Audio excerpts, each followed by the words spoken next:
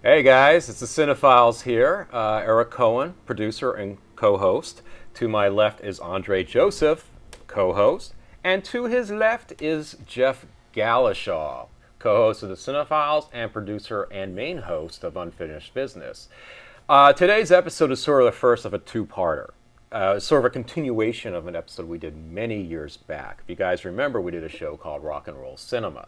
Well, we decided to continue that because there's just so many films that encompass this theme that we decided to focus in this episode on rock and roll documentaries, in other words, rock docs, and a second episode on narrative feature films that are rock movies. When we talk about rock and roll documentaries, the first film that comes to mind that's probably most influential above all is the Albert Maysles directed Gimme Shelter, which is one of my favorite movies of all time, and definitely up there in my top 10 documentaries ever made. Brilliant movie, and surprisingly disturbing. Oh, yeah, especially when you find out all the details about it. It's a movie where it presents the details, tells you the stories, but also if you go independently and learn about the details, you learn more about it, and still kind of the controversial over were like the Hell's Angels, were they attacked? The controversial over? Leave me alone. It's early. The controversy over whether the Hells Angels were more provoked in that incident or whether or not they just reacted that way instinctually because they already were being brutal to any fans there in the first place and, hired as security. And, especially the last shot, and then the camera shows, Mick Jagger watching this and how after that he's kind of haunted, even just leaving the studio after seeing that. Moment where Jagger's out there doing his thing, and they have that shot where they close in on the one Hell's Angel guy that's on the stage. It just keeps looking him up and down. And you're just like, whoa, this is scary. Yes. Something's going to happen. The other moment that resonates with me is when Jefferson Airplane. Grace Slick is out there trying to get everyone to calm down, and they're so in over their heads. Oh, yes. The situation. I'm not a big Rolling Stones fan, but I kept thinking about that whole incident in '79 with The Who, the whole general admission issue and everybody getting killed on the stage because everybody was trying to crush each other. So I thought this was like almost the other extreme of that as well. Albert Maysles, who died recently, actually. He died only a couple months ago. Yeah. But I just think it's amazing that this thing happened when it was like this unexpected thing that no one thought could ever possibly happen, and it became this entirely different movie than it was intended to be. Well, whose idea was it in the first place to hire the Hells Angel as security, or were they ever even really I think hired? it was a combination of the Stones and their manager. Okay. And they thought it'd be like great publicity.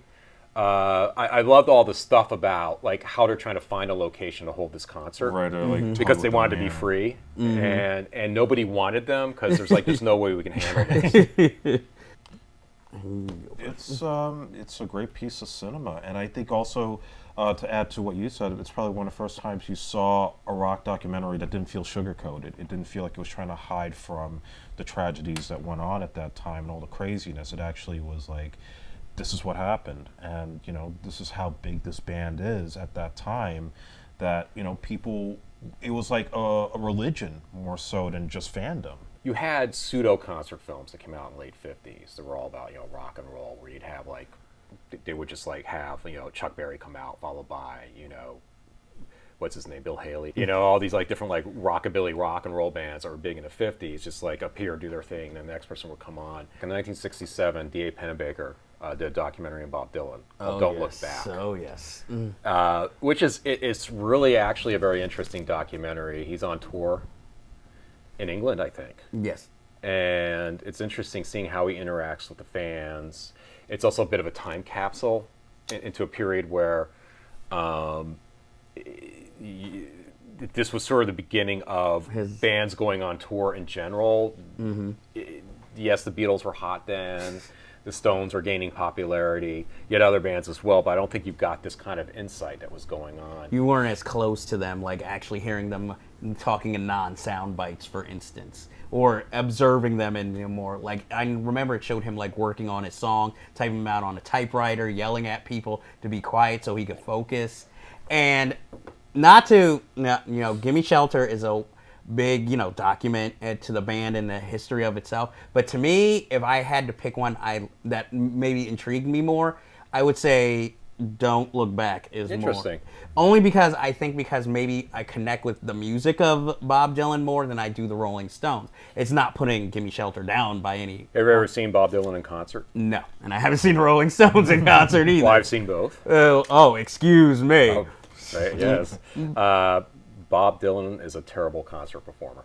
Oh, okay. He gives nothing to the audience. He just goes on stage, goes from song to song to song to song, that's it, and he leaves. Well, he seems like that type. Yeah.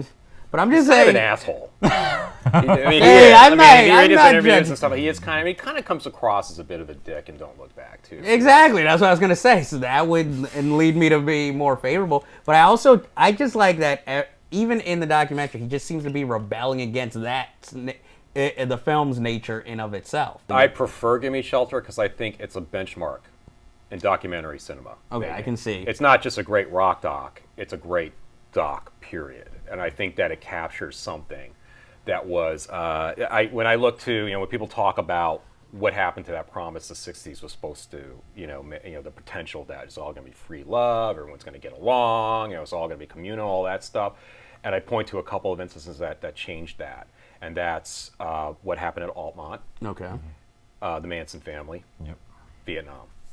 I look at that incident that was portrayed in Gimme Shelter as one of being a signifier and how it changed the course of the 70s, along with some other things that happened. And I think it's just amazing that they were there and they captured that when it happened. Moving on, we had a lot of stuff. We had a sort of a pseudo-documentary-like concert film with elements of fiction interspersed. Song Remains the Same, Led Zeppelin. Okay.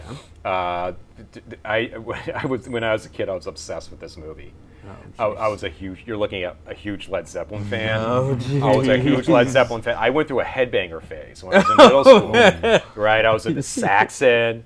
I was into Scorpions. I was into Judas Priest and all that stuff. Specifically Saxon. No, seriously. We're on a 747 coming out of the sky. Because I was obsessed with Led Zeppelin at one time, and I fucking watched The Song Remains the Same over and over and over again. In theaters? Not in theaters. It was released on VHS. Oh, okay. And even if my friends had a copy, because my friends were into it too, and everyone I knew had a copy, and every time we go over and visit each other, want to watch Song Remains the Same, let's watch it. Woodstock, which is an interesting documentary. Yeah. I'm not as enamored with it as some other people are. I can see why it's considered a classic rock documentary, but it's mostly a concert film with elements of behind the scenes. Have you guys seen Woodstock? Right? I've never seen all the way through. I just remember the rain out scenes. Ziggy Stardust and the Spiders of Mars. Concert film. Right? So we're talking about concert films, they're not necessarily documentaries. You had a lot of suddenly concert films are coming out. Right? Yeah. I'm trying to think of what else that might come out in the 70s. One that stands out is Soul Power, which was actually a concert with James Brown, Bill Withers, the Crusaders. This was when Muhammad Ali was going to fight George Foreman, and Don King arranged for this concert event to take place before the big fight. And basically the African government wouldn't fund it, so they had to go to the Liberians, I think, to get independent funding to finance it. Really good concert, and also intercut with Ali training and posing with all the performers and with B.B. King and all. And also, his famous speeches are in there as he's preparing to fight Foreman and talking about the social injustices that were going on in Vietnam and, being held down in America as an African American. So very interesting and very entertaining as well, because it's like everybody in their prime. One of my favorite films that started coming out of this period is this documentary focusing on Wilco and the formation of their album Yankee Hotel Foxtrot. I'm trying to break your heart. Really touching, interesting, somewhat sad documentary, I personally think. Okay. Well, it's only because of this documentary and working in a video store at the time that I even know who Wilco was, because I remember everybody wanted a copy of this movie, and I was just like, wow, since everybody wants to see this, I have to check this out. So I watched it. I like Wilco's music. My problem, in fact, I love that album. My problem is I didn't like the documentary that much. Really? Why? Because it goes back to what we were saying, like what like the 70s and 60s, those were like mainly special. I felt like this was a behind the scenes look at the making of an album where dramatic stuff just happened to happen, but it just never. I got some insight, but it never like grabbed a hold of me to like be like, wow, this is really interesting. What's happening? I was like, okay, shit happens. Have you seen I'm Trying to Break Your Heart? I haven't even heard of the band. Honestly. Oh, really? You never heard of Wilco? No. Oh, my God. Yeah, Really? never heard of Wilco. Wow. Another documentary came out around the same time as I'm Trying to Break Your Heart, maybe a little later, which I count as one of my favorite documentaries. Oh, I know which movie Well, you're gonna call Dig. Dig. So yes, I'm a huge Brian Jonestown Massacre fan, and I'm a big Andy Timiner fan. I am a fan. Sorry, of her, Timiner. and Andi I've met Timiner. her once. Great female documentarian. But The I subjects. fucking love Dig. Dig. If you haven't seen it, it's rent it because there's like a whole extended version, and all of it is fascinating to me. It's about the friendship of two bands, the Dandy Warhols and the Brian Jonestown Massacre, and how that friendship starts to dissolve because the Dandy Warhols have a top 10 hit, right? Brian Jonestown Massacre are like the antithesis to the Dandy Warhols. They're completely dysfunctional. They're total fuck-ups. Anton Newcombe, the front man, is psychotic. Probably schizophrenic or something. He just can't keep his shit together. And this thing turns into this bitter rivalry. And this whole thing's captured throughout the documentary. And I think it's entertaining as all hell. Sometimes it's hilariously funny. Yes. And I particularly like the moment where the Dandy Warhols are performing, and Andy Newcombe is trying to promote his own record, and he's on roller skates, and he doesn't know how to roller skate, and they have the shot where like they're trying to keep him out of the concert, or talking to a publicist person. They're saying, yeah, we're trying to keep Anton Newcombe out. I don't know what he's doing. He's trying to like sneak T-shirts in here to promote his new thing, and the camera slowly pans over, and you see Anton Newcombe looking at the window going like this, like little beautiful moments like that. Yeah, I can't say I particularly am a fan of any of the band's music, but They're great live. But I really enjoyed the documentary because, like you said, I know it's a documentary, but more when you watch it, it feels like a comedy and it's stuff that could not have been scripted. So Right. It's like more like you're on a fly on the wall. Like if you were like, let's say if you were a cameraman, half the time you'd be like, "This is great. I can't believe they're actually doing this," or saying this to me. And it's just, it's crazy. It's entertaining. I mean, there's some like hard-hitting moments in it, but I just always remember more of the comedy or the comedic things that are happening throughout. And maybe Anton Newcombe is just a comedic genius that nobody realized. Well, this was captured during a particularly self-destructive period in his life. I mean, it got to the point where it was down to him and maybe whoever he was dating at the time, just doing backup. Jeez. He just like no one would work with him. After that film was completed, he seemed to get his shit together. Oh, okay. Maybe he saw it for himself. The interesting dynamic is between Anton Newcombe and Matt Hollywood, who was a member of their band for the longest time, and their friendship deteriorates as they go on. You see this on camera, and finally he just like throws a mic down. It's like, I'm fucking out of here. I don't want to have anything to do with this anymore. And he hadn't returned to the band until like maybe 5 or 6 years afterwards, just to appear on stage with them at one point. There was a film that came out just prior to this, which I don't know if you guys have seen or not seen. It's called Hated. I've heard of it. I know what happens in it. Never wanted to watch it. It's a bit notorious. It's okay. Todd Phillips, director of the Hangover movies. His very first feature film was a documentary called Hated. It was a documentary where he followed G.G. Allen, a notorious punk, sociopath, psychopath, and this was his NYU student film. This is what he was doing, and he got kicked out of NYU because he was putting all of his funds into this film. But he completed it, and it had a limited release, or was distributed. But that's a really interesting film. Yeah, I've heard. And you guys should try it if you can get your hands on a copy. It's I personally think it's Todd Phillips' best film to this date. And I'm not saying that. I'm saying that it's a really good documentary. It has a rawness to it that's really interesting. Oh, yes. That's what scares me. But there is an intelligence behind the camera in terms of what he captured. And it's not one of these documentaries where it's too shy to get too close and show all the warts and all. I was about to say, with Gigi Allen, there is no such thing. You're going to have to get close and deal with all the disgusting. So recent documentaries. We had a lot of great recent music documentaries. A Band Called Death. Band Called Death was fantastic. Exactly. Fantastic. About a group probably most people didn't even know existed. And nobody did. And that was a beautiful If you haven't seen this documentary, Draft House Films released it. It focuses on a band. This is the fascinating thing. Recently, like maybe around 2005, 2006 or something like that. Around then. A couple of guys online, music fans, stumbled upon some recording of some band from the early 1970s, like 75, right? The sound was clearly punk.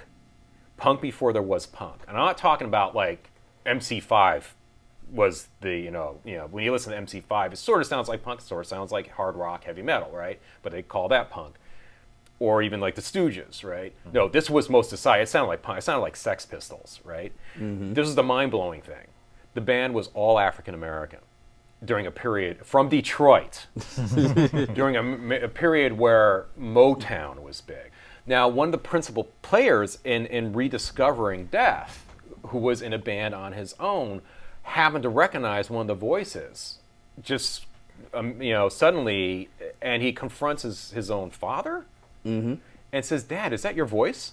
And he's like, "Holy shit, where'd you find this?" Who is Harriet Nelson, and why is everyone talking about him? That is an awesome documentary. But talk about depressing. Depressing, but also almost. There were moments where it was almost like slapstick. It was so funny, like that whole story about him and John Lennon. You're going to that concert. Well, also just knowing that John Lennon produced that album. I don't remember the name, but he has that. I guess a kind of a commercial where he's playing basketball and makes the shot in one shot, but then you find out, it took us like 3 hours for him just to do that. He was drunk and all pills the whole day, and John Lennon's just on the side clapping him on. So it's like little stories like that. I wouldn't call myself a fan, but through that documentary, it makes him just seem so much more fascinating and finding out about his life. So that's why I appreciate that documentary, because I never would have even really thought about him or his past if it wasn't presented like that. Another really good documentary, which was one of my favorite documentaries the year it came out, was It Might Get Loud. Okay. I think I know which one you're talking about. That's the one with Jack White, Edge or The Edge, and come on, Jimmy Page. Jimmy Page. I knew it was somebody from Led Zeppelin. Who I've also seen live. I was about to say Robert Plant, so be happy. I know of The Edge. I know of Jimmy Page. But I more watched it for Jack White, because I was, at the time, a huge White Stripes fan. Jack White is an incredibly talented guy. He's one of those guys that has sort of oversaturated now. He's like out there way too much. And unfortunately, probably more so than any kind of fan, music fans don't like it when their idols become too popular. I'm the same. They're like, oh, now you've become commercial. And Jack White's one of those guys where, like, I was a huge White Stripes fan. I'm a Raconteurs fan too. Okay, I kind of like the Raconteurs. But he's just out there doing so fucking much, to the point where it's like I got sick of Jack White. Well, and I feel bad about that, because he's an enormously talented guy. Well, I think this documentary kind of also hints that he's about to do that, because all the stories he tells from his youth that might or might not be true, because we never know. And then huge rockabilly guy, huge. And then he builds a guitar in the beginning from scratch, right then and there. Huge blues, like original blues, like early blues. We're not talking about modern blues. No. We're not talking about B.B. King blues. We're talking about Robert Johnson and stuff like that. My thing is, I'm a music lover. I'll listen to anything and give it a chance, but I don't have a favorite musical genre. It's just like why I can sit there and, let's say, watch a Gimme Shelter, or let's say a documentary on two bands I really don't I'm not big fans of Dandy Warhol, Brian Jonestown Massacre. But then there's something like the A Tribe Called Quest documentary that came out, directed by Michael Rappaport, where I'm like, this was my youth. So I remember this group when they were first starting out, when they got big. And, seeing them now, it's like, you're not only learning about what happened after they kind of broke up and went all their individual ways, but just seeing and remembering like how they got together, what they were doing with their popularity at the time, and how they came up with certain songs or like certain tours, and it's just, to me, like amazing. And whereas my heart's more into that documentary because I remember it, whereas like with Dig, I can look at it in an analytical way and more be entertained by it, but my heart's really not in it because it's not engaging me. Because at the end of the day, I'm probably never going to listen to these bands or go to see them in concert. Dave Chappelle's Block Party. Oh, yes. Phenomenal movie. I remember when that was just being set up. When you heard rumors about this, like, oh. Which was shot in Bed-Stuy. Exactly. Sections of Bed-Stuy. There's that whole building that he visits. That's... Where is that? That's like near Clinton, isn't it? Like isn't that around? Like that's not that far from where I live. You would know more than your own neighbor. Well, I live on the border. I live on the border. I'm on the northernmost tip of what's known as Bed-Stuy. I'm literally on the border of Bushwick and Bed-Stuy, and that's Myrtle Avenue, just 2 blocks away. You walk down Myrtle Avenue, and you can get to Clinton Hill and all that stuff.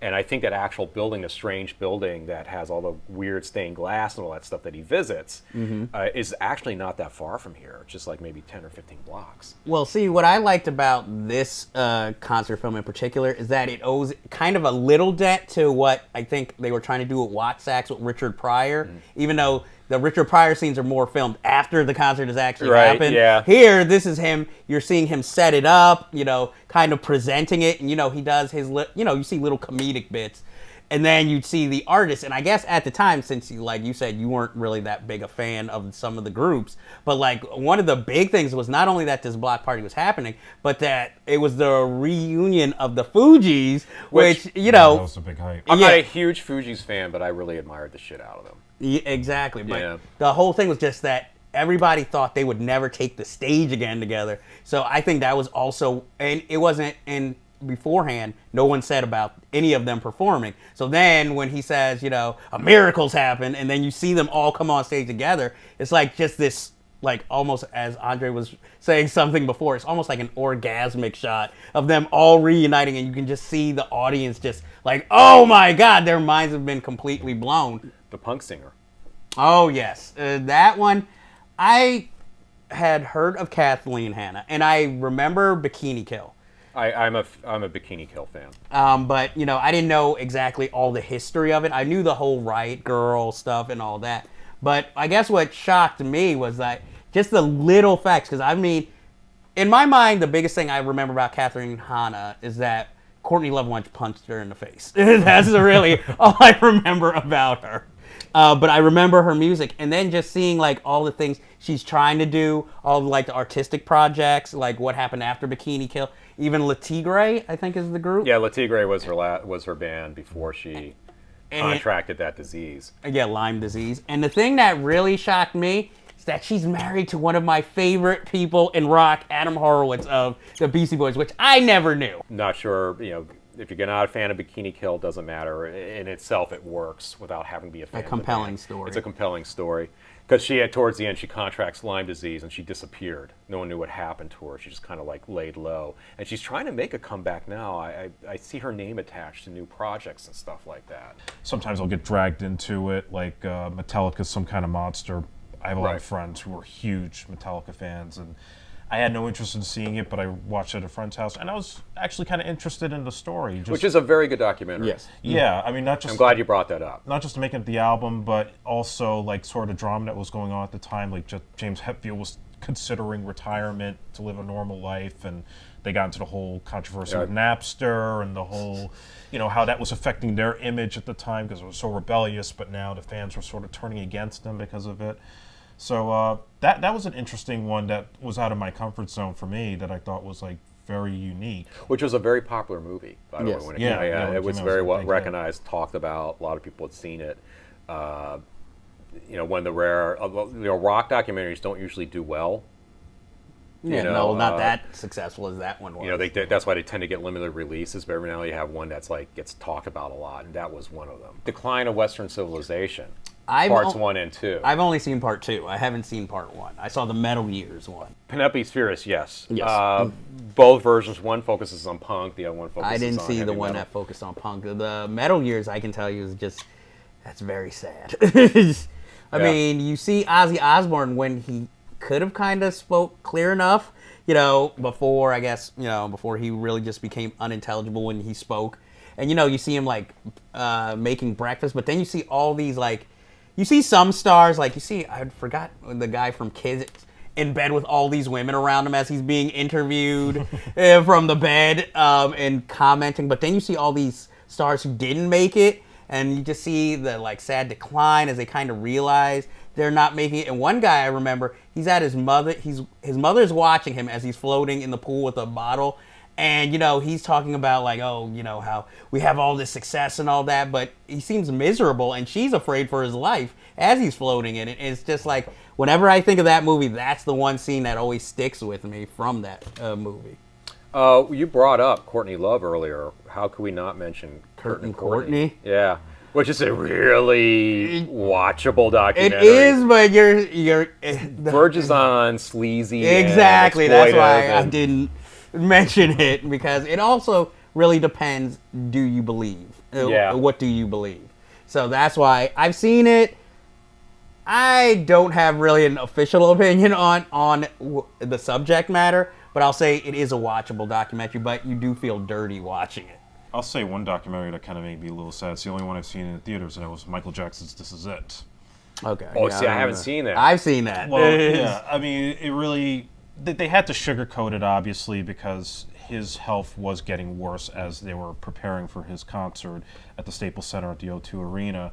But it really got into what that show could have been. A lot of 3D effects, a lot of him taking his old tracks that he had never really done in concert and trying to bring those back, like Want to Be Starting Something for the Thriller album. And it was also a very expensive show that they were going to do with costumes and big spiders and all this other type of stuff for, like, reenacting his old music videos. And, you know, it's joyous on one hand, because even when I saw it in the theaters, you could hear, like, the people singing along to the songs. And there's that really cool sequence with the Smooth Criminal video where they insert him into, like, a Bogart movie. Oh, yes. That I thought was really cool. But other than that, it's just a shame of what it could have been. And you only get the half-assed end result as they were preparing it. Because he was so ill? Is that what prevented it? Or it was too ambitious for its own good? Or I think for his age at that time, because they wanted to do, like, 40, 50 shows, it was a lot for a guy his age to do. And with his problems. And taking the, you know, the sleeping pills and stuff that were Jesus ultimately... juice and stuff. Well, not Jesus juice, but, you know, the taking those huge... all the pharmaceutical drugs he was under. Yeah, I mean, you could tell there was just... Compared to, like, say, in Moonwalker, he was at his peak physically. Right. Now, he was just so pale and having to wear the heavy coats during his rehearsals. There was just no way he would have been able to pull it off. But I think that, at this point, we've exhausted the discussion of the rock documentaries. Any final thoughts? Any closing thoughts? I have to catch up on these so much. Some of them depends on your being a fan of the band or the music, and you're fascinated with that, but some of them you don't have to be. Like Band Called Death, I don't think I have turned into a Death fan. But most people who saw it before didn't know. But you can enjoy the documentary without being a fan of their music. I feel the same way. I personally feel the same way about Gimme Shelter. Yeah. Because there are certain benchmarks. Another example we already talked about in our Scorsese episode, The Last Waltz, is a great documentary/concert film, regardless of whether you're a fan of the band's music or not. Yeah, so this concludes the first part of our rock and roll cinema episode, Rock Docs, and stay tuned and anticipate our, I guess, what we call them, rock and roll features, rock and roll fictional narrative films. So I'm Eric Cohen I'm the Eric Cohen, producer of CineFiles. To my left is Andre Joseph, also co-host of the CineFiles and AJ Epics Productions. Jeff Galashaw, co-host of CineFiles, producer and main host of Unfinished Business. We're all on Twitter. Check out our Facebook group, our Facebook page. Check us out on thisisinfamous.com and check out the other content that's up there. And most importantly, check out our podcast. We have a podcast now, which we're going to try to get up once every week. And that's basically it. Rate us, comment on us, tell us what you think, and you tell us if we forgot to mention any rock and roll documentaries, what are some of your favorites. Until then, goodbye.